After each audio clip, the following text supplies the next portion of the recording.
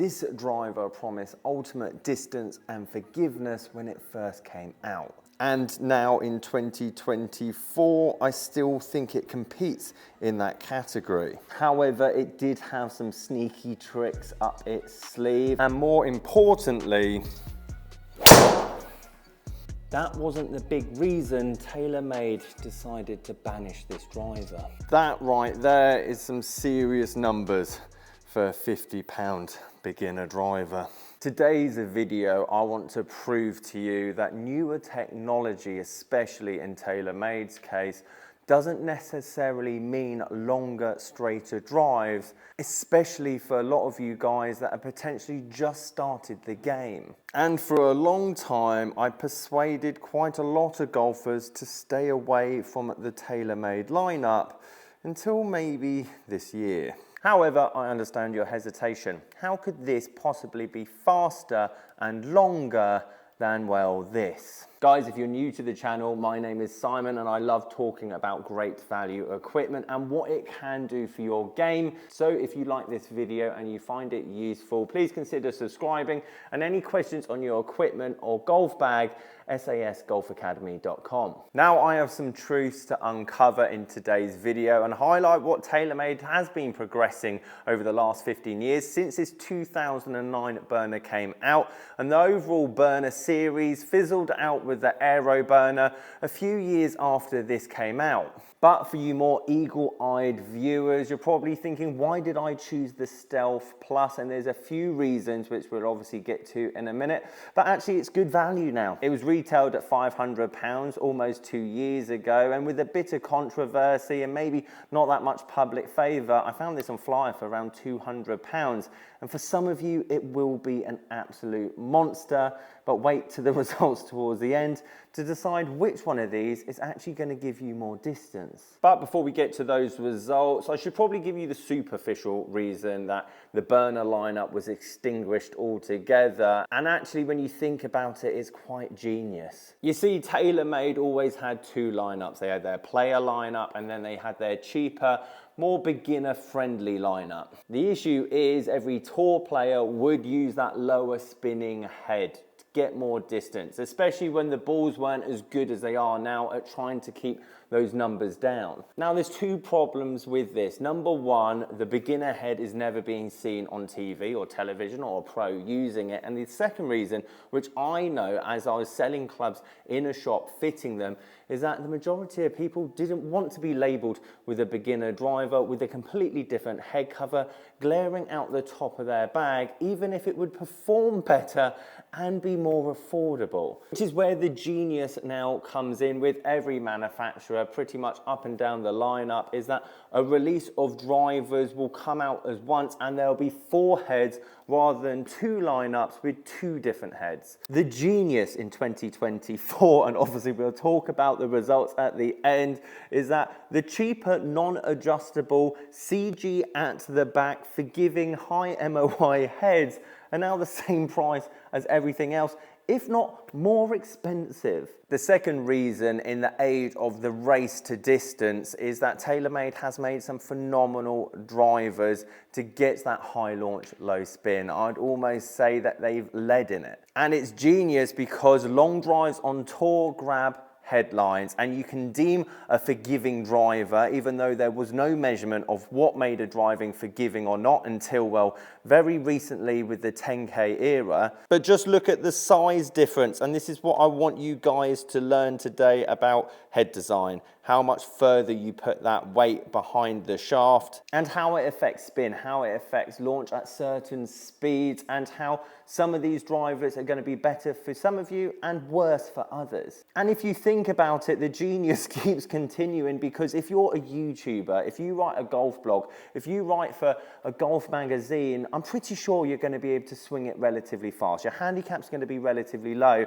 And don't get me wrong, this is a great driver. But as low spinning as it is forgiving. And for those quality of players, they're going to go, Jesus, this goes so much further than my older forgiving driver. It's funny because when I took out the Tour Edge 725, I remember saying it looked quite pear-shaped, especially from, let's say, the bottom of it. And well, the burner looks quite pear-shaped as well. Again, over the years, manufacturers never told us the total MOI of certain drivers, so I have no idea what this is, but I guarantee you it's going to be quite high. However, this driver in particular had some sneaky tricks up its sleeve, so let's talk about those. Number one, 46.25 inches in length. The second thing that they did was put a 49-gram shaft in it. This is a 49-gram stiff flex shaft, and for some of the speeds I'm about to show you, this would be perfect for some of you beginners that are quite fast, but in reality need some forgiveness.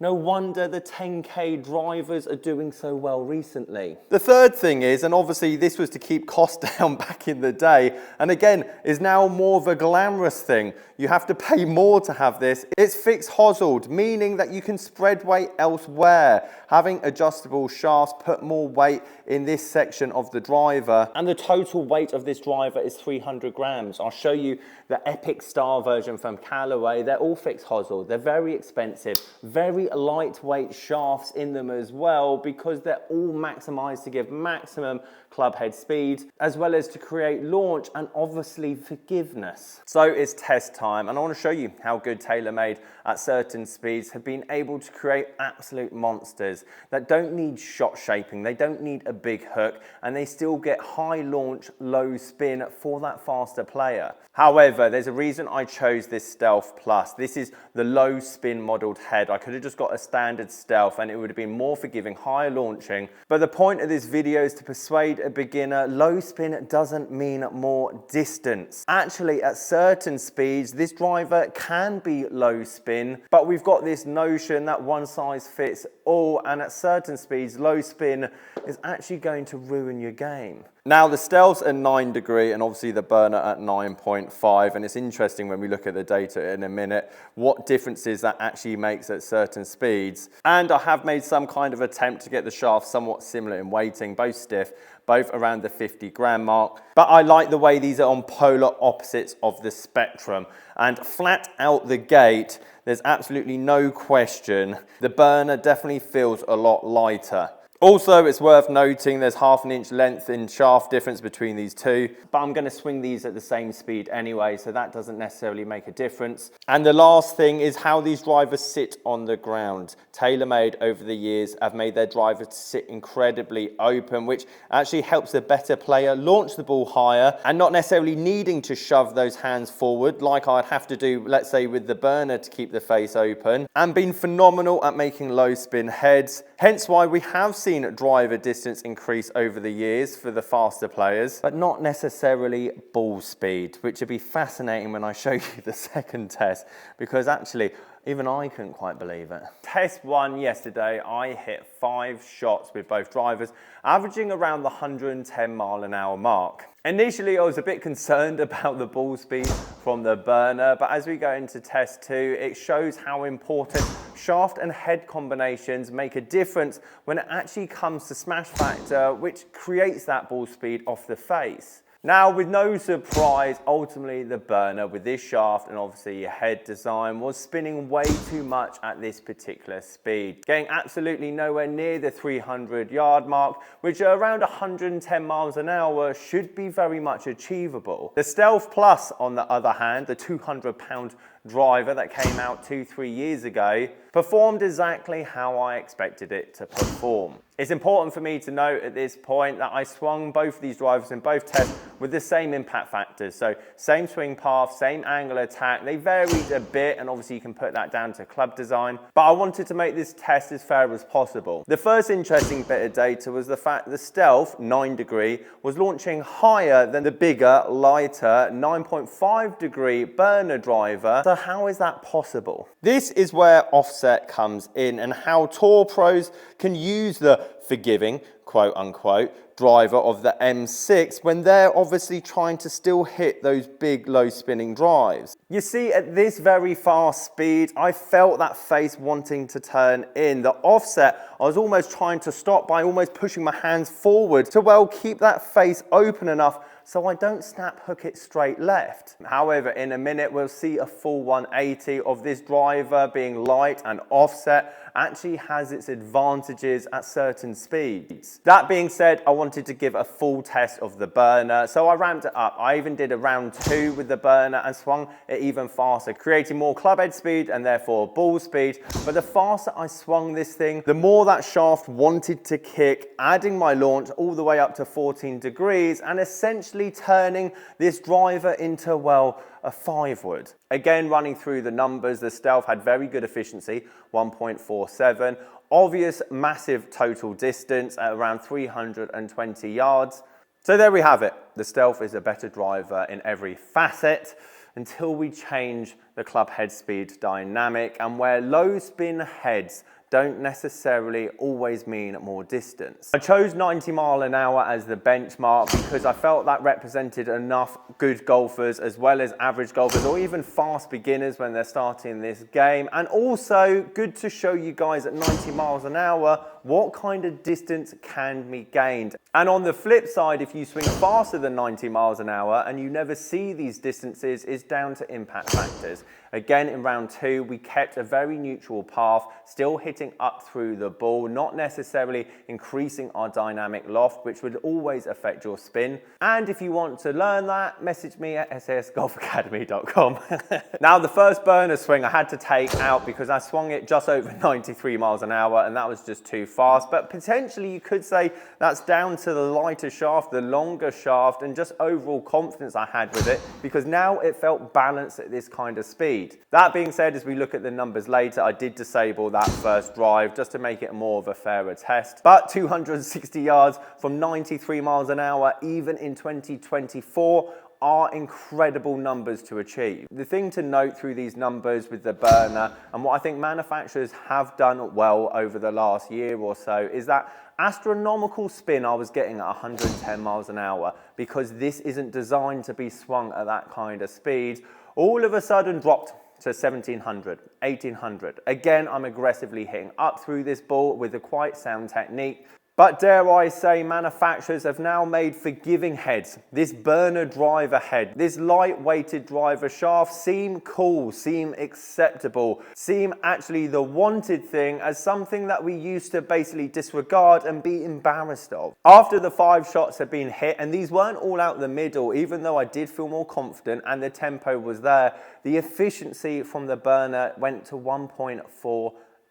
This is obviously a talking point of how efficient a driver can actually be, but let's say the benchmark of the most efficient is 1.5, and if you're getting around that kind of numbers, then trust me, that's as much ball speed as a driver can produce. That, with the lightweight shaft and bigger head at this speed, was giving me more launch than the Stealth. Not to mention the spin rate was still actually on the low side. I'd normally fit for around 2,200, 2,300. However, as I mentioned earlier, my last strike with the burner came very much out the hill. We can see it launch at 7.5, and obviously the spin increase, which is what happens when you hit it out the hill. That just comes down to golf head design, gear effect, the bulge on obviously all driver faces. But look at the ball speed I created at 90 miles an hour from it, 133. That's more ball speed than I got from any of the Stealth drives, and I did catch quite a few of those well out the middle. But the important thing that I'm trying to showcase is newer technology doesn't necessarily mean longer drives,